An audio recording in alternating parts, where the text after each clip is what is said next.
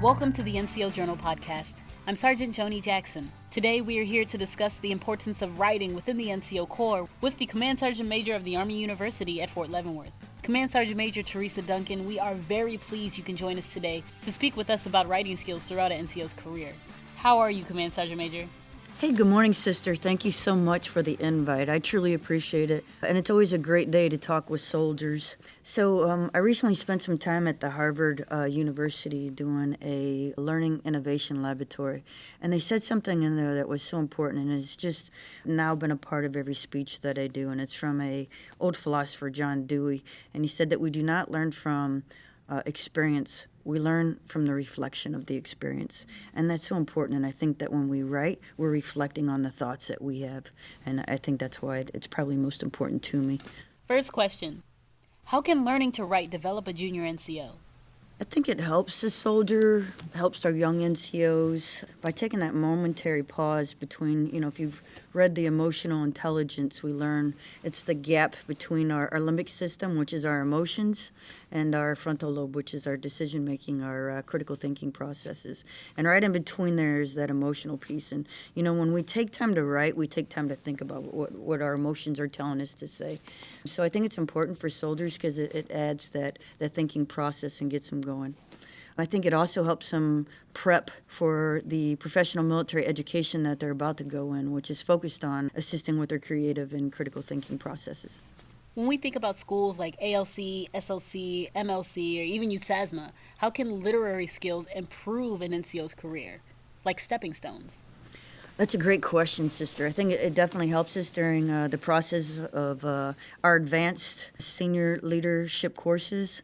As you know, even MLC is much more about writing. And again, because we have time in those schools to think about things, to process things, we get that through our writing processes.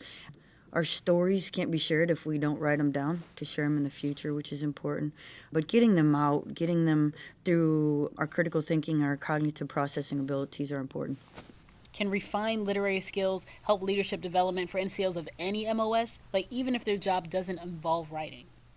As you're going through academia, it's kind of neat. The younger process is the freshman year. They actually start out with journal writing. So just writing what you're doing, writing about your thoughts, and then progressing into now supporting those thoughts with actual facts, and we get that through scholarly literature, peer-reviewed literature. So in processes, I would start out originally just getting your writing down, being able to do that thoughtful process, that cognitive ability of taking my thoughts and translating them onto paper, making it mean something. Why is it important for someone to want to read what I'm writing? And then as we go through the processes, we go through our higher writing processes, we should look at how can we not just take what we think, but then support it with the facts.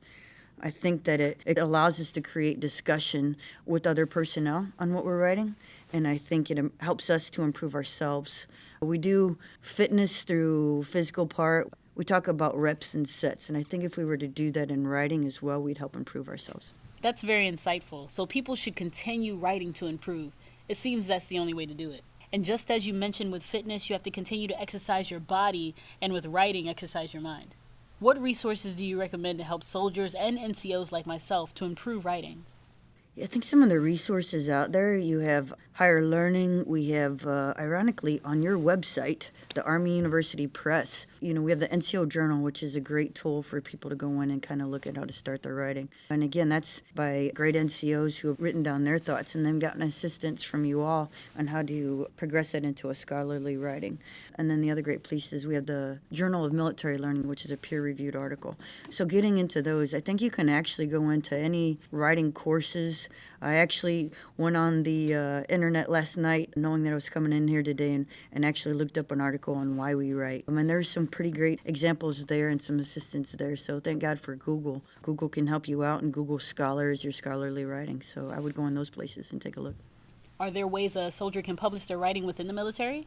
When I go out and talk about this now, I always say, reach back to my great Army U Press. I think the biggest problem we have with not writing is because we're afraid of what people will think, and we're just not as self-confident in it.